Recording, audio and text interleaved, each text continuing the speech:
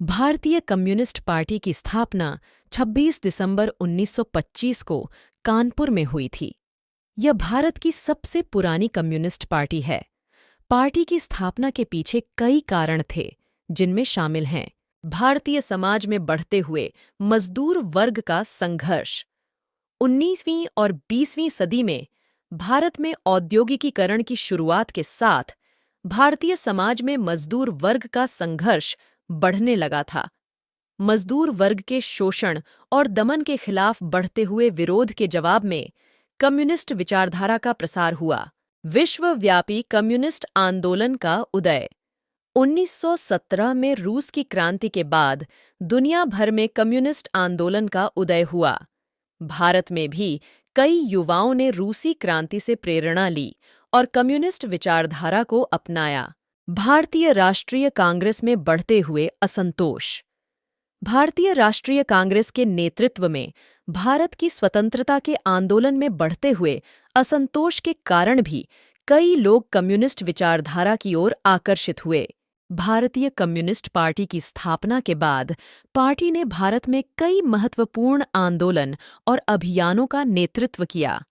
इनमें शामिल हैं भारतीय कम्युनिस्ट पार्टी ने 1928 के असहयोग आंदोलन में हिस्सा लिया, जिसे भारतीय राष्ट्रीय कांग्रेस ने शुरू किया था। भारतीय कम्युनिस्ट पार्टी ने 1930 के सविनय अवज्ञा आंदोलन में भी हिस्सा लिया, जिसे भारतीय राष्ट्रीय कांग्रेस ने शुरू किया था।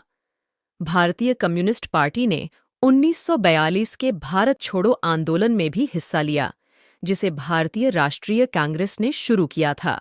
भारतीय कम्युनिस्ट पार्टी ने भारत की स्वतंत्रता के लिए संघर्ष किया और 1947 में भारत की स्वतंत्रता के बाद पार्टी ने भारत के निर्माण में महत्वपूर्ण भूमिका निभाई।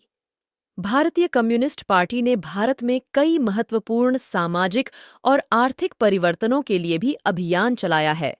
इनमें शामिल हैं मजदूर अधिकारों के लिए लड़ाई।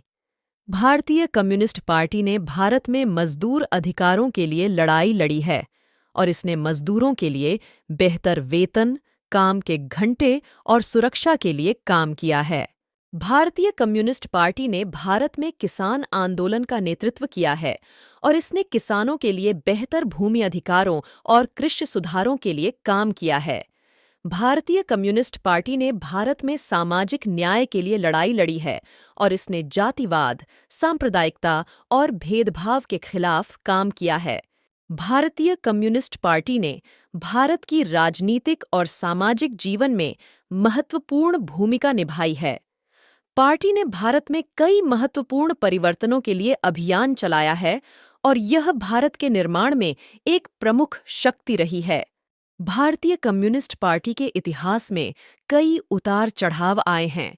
1964 में पार्टी दो गुटों में विभाजित हो गई, भारतीय कम्युनिस्ट पार्टी और भारतीय कम्युनिस्ट पार्टी मार्क्सवादी। भाकपा मार्क्सवादी ने भारतीय कम्युनिस्ट पार्टी से अधिक संशोधनवादी रुख अपनाया।